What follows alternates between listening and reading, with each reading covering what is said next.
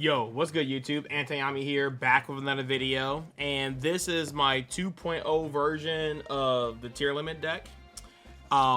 It is 41 cards, if anybody asks, but yeah, I'll just explain it. I don't want to take up too much time to explain like the intro and things of that nature, but I feel like this version is a lot cleaner than my last version, and did some testing and stuff like that, and it's amazing. So let's go ahead and get started with the card by card here and go from there. Just let you guys know, this is not my main deck for the format. I'm still technically on Snake Eyes, and I think I have another Pearly deck as well that I feel like it's a lot better than this deck. But this deck is a lot of fun and it can compete with the meta. But I still think Tearlaments is still rogue until we get Kit Kalos back. Once we get her back, I feel like this deck will be consistent enough to actually, you know, win YCSs and things of that nature. But right now, I feel like it's decent to like get a top, but I don't know if it's good enough to like actually win an event. So unless it gets extremely lucky, right? So anyway, let's get started with the combo or the deck profile. With the standard, we got the 3 Planarinos. I mean, I feel like that's pretty standard at this point. The 3 tier cash. I mean, obviously. 1 each of the names, obviously, and the triple Rhino Heart. I feel like this lineup in most tier builds is pretty standard for the most part. I feel like that's how you're supposed to play it. You could probably get away with 2 Rhino Hearts, but I like 3 for consistency. Next, I'm playing 2 Screams and 2 Solix. The reason being is because these cards are once per turns. Hard drawing Solic is like, it's cool and all, or sorry, that Solic Scream. But you can also just search this card with some more consistency cards I'm playing in the deck. And the fact that if you mill multiple of these cards, they're becoming bad mills. And there's ways you can actually trigger them on your turn without like randomly milling them and things of that nature. So 2 of each, I feel like it's good. You don't want 1 because there's chances where you can search these cards and you still want to mill it to trigger their effects. So 1 to like add to your hand, the other one's to mill. The way I like it, and I feel like they're not too breaky because it follows the law of if it's a 3 of is a starter. This is technically like a semi-starter, but like you have to have a tier monster. And again, you don't really have that many tier names in your deck. So I just like to have it at 2 in this particular version. Going into other engines, of course, we're playing the Horus engine. So we're playing 3 Nemeses, and we're maxing out on the King Sarcophagus here. Even opening the King Sarcophagus, you can still like play and make some really interesting lines. And also what's really cool is that if you have Nemeses plus King Sarcophagus, you can actually activate Nemeses. If it gets Ash Blossom, then you can just trigger the Ghost Sarcophagus, which is comes up more often than you think.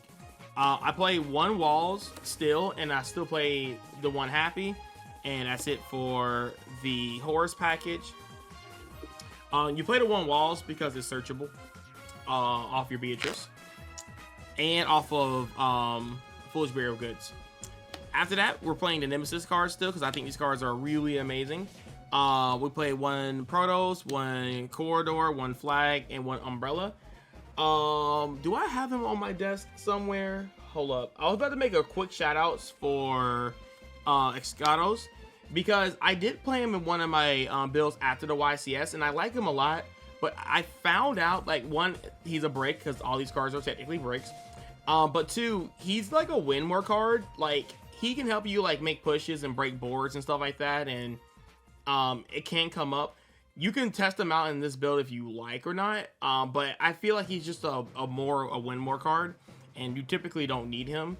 But he's not bad in the deck. But like I said, I did try him out, and he just came up to be more unnecessary than he was like good, right? So I wanted to make this deck super consistent, so we cut him for that reason. 1 Turtle for the Rainbow Bridge package, 1 Night Serpent. Because we're trying to get the Toad as quickly as possible, and plus having a random level 4 body is also really strong. The Shufflers are just really broken. And going with the Destiny Hero package, we played the 3 Triple Malicious because also with the Shufflers, they're very broken with the Nemesis cards if you need to have additional ways to banish. So yeah. Going in for the last 6 cards, we play the 1 Rainbow Bridge, a Salvation, 1 Trima Karma, and we play triple Foolish Burial's Goods, and we also play the Foolish Burial in our deck as well. So the reason why I'm maxing out on Foolish Burial Goods, because the way I look at it is like, it's like a bonfire, right? This card right here can get access to so many things in your deck, and yeah, they can be really bad mills, but they are ultra broken as starters, and you really want to see them in your opening hand because you get to have access for like so many like crazy plays. So I'm maxing out on that. And Foolish Burial, whenever I decide to do like test hands for this deck, because it's hard to show off like singular combos because it's also really effective by what you mill and stuff like that, and it can play through like crazy hand traps.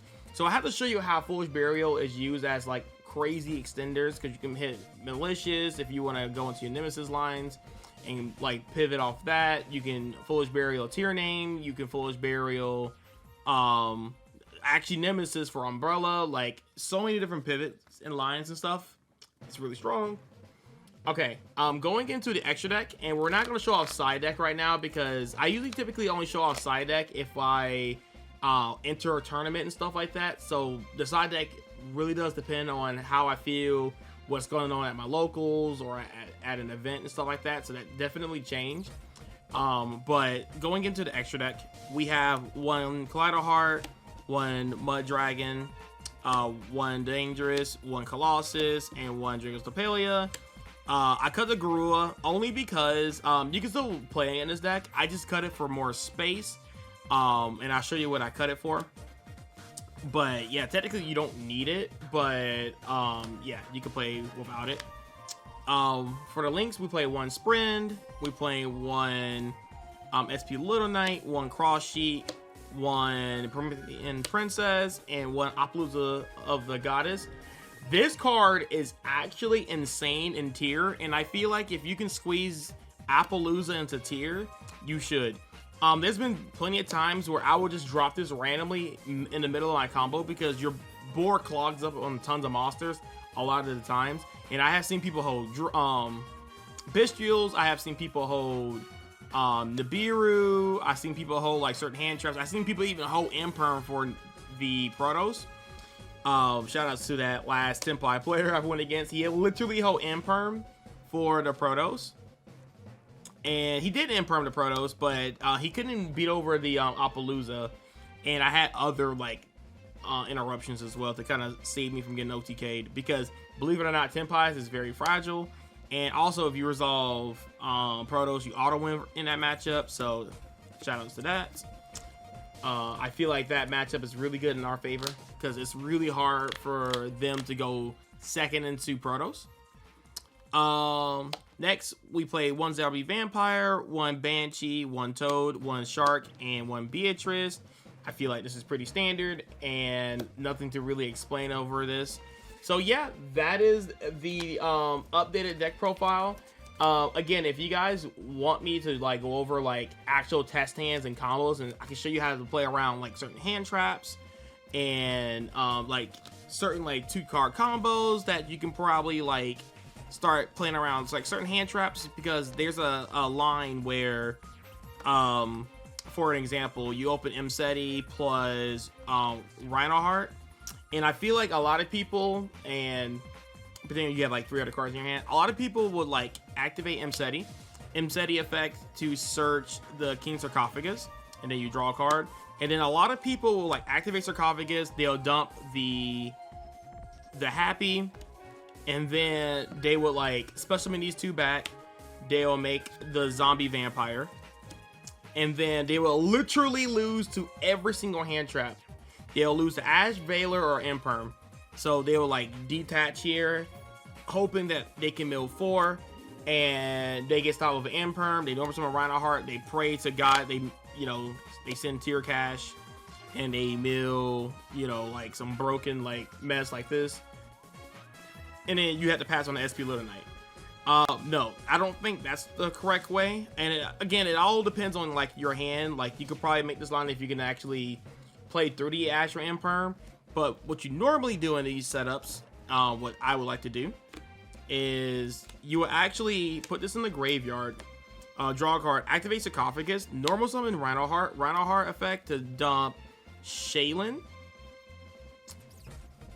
and then you use Shaylin for a King of the Swamp, or a Mud Dragon, I'm sorry. And then you make this, and then you bait the first hand trap with a Totally Awesome. And this is like, it literally checks everything, because if they don't stop this, now you have a totem board. And here, typically, I detach the Rhino Heart. And now you can actually discard 2, and then dump your Happy and your Mseti. Because resolving this is a little bit more important, because you get access to like legit your full combo.